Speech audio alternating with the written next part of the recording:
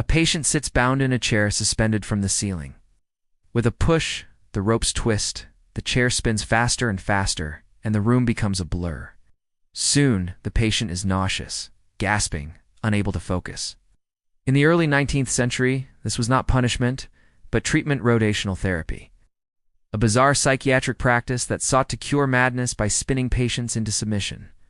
The origins of rotational therapy lie in the work of Erasmus Darwin, grandfather of Charles Darwin.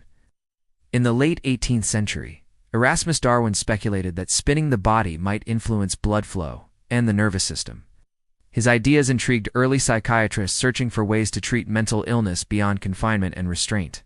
One of the most prominent advocates was Joseph Mason Cox, an English physician who, in the early 1800s, designed elaborate rotational chairs. These contraptions resembled swings or suspended seats that could be spun at high speeds, sometimes hundreds of revolutions in a single session. The rationale was rooted in a crude understanding of the brain and body.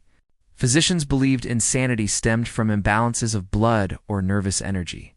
Spinning, they argued, could redistribute fluids, shock the system, and restore equilibrium. Some thought the violent dizziness might distract patients from delusions or force a reset of the brain's functions. For others, the therapy's sheer terror was part of its appeal, tended to break agitation or mania through exhaustion. Patients subjected to the therapy endured severe effects. Spinning caused dizziness, nausea, vomiting, blurred vision, disorientation, and sometimes unconsciousness. Doctors recorded changes in pulse and respiration, interpreting them as proof of therapeutic impact. In reality, the treatment inflicted trauma and offered no cure. Some patients were left injured or more distressed than before. Despite its cruelty, rotational therapy gained traction in asylums across Europe. It reflected a broader trend of the era: experimental cures for mental illness based on physical shock, from cold water plunges to bloodletting. At a time when psychiatry lacked scientific grounding, such methods were hailed as innovative. The spinning chair even fascinated medical students and the public, occasionally demonstrated as a spectacle. By the mid-19th century, however, rotational therapy fell out of favor. Critics noted its ineffectiveness and dangers, and more humane approaches began to emerge, emphasizing moral treatment and structured care.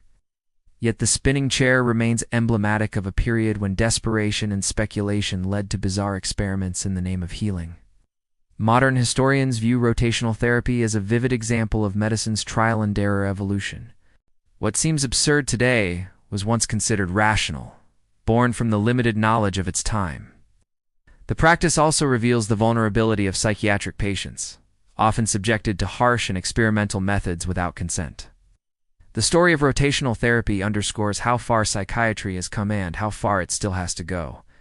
Where once madness was met with spinning chairs, today it is treated with therapy, medication, and support. The contrast is dizzying and sobering.